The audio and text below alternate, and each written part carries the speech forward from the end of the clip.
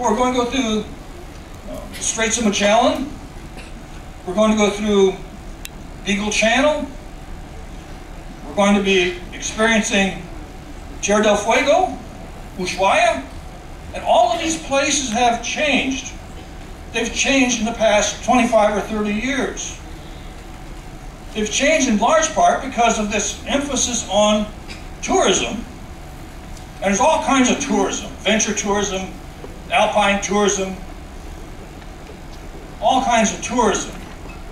And that's how many people are employed, including many women. It's interesting, isn't it? Women are an important part of the growing tourist industry globally on tours.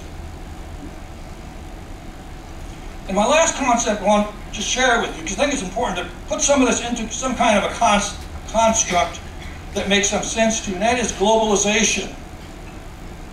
Globalization is a nice Scrabble word, but it's also it's a word which has almost sort of become popularized and seen as very positive. The fact we talk about instant communication, instant transportation, you can communicate with your friend halfway around the world quicker than you can the person that lives across the sea. Globalization. Globalization to a geographer means you're looking at something about the regularities, but also the irregularities. And there are many irregularities on the planet, aren't there? Not just landforms, not just climates, but in terms of quality of life, unemployment, housing, attitudes. So it's not becoming a flat earth. It's not becoming level. It's becoming much more realizing the fact that there are differences.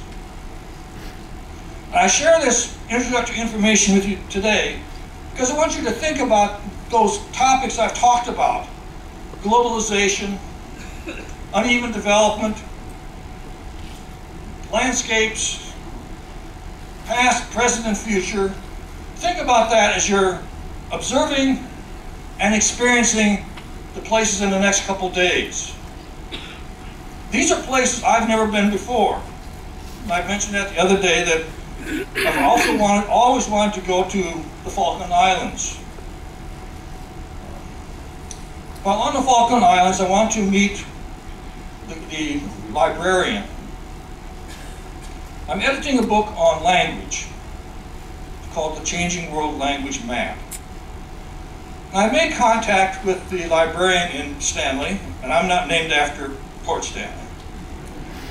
I made contact with the librarian in Stanley, and I want to talk with her about contributing a chapter to this book on the library in Port Stanley. What books? These are questions I ask. You might think about them too. What books are in this library? What kind of books do they buy? What books do the adults read? What do the children read? I don't know. I don't know. But I want to find out. Because I think it's an interesting topic to take a look at, is that libraries, in many ways, are views of somebody or something. A national library is basically a view of the state, isn't it?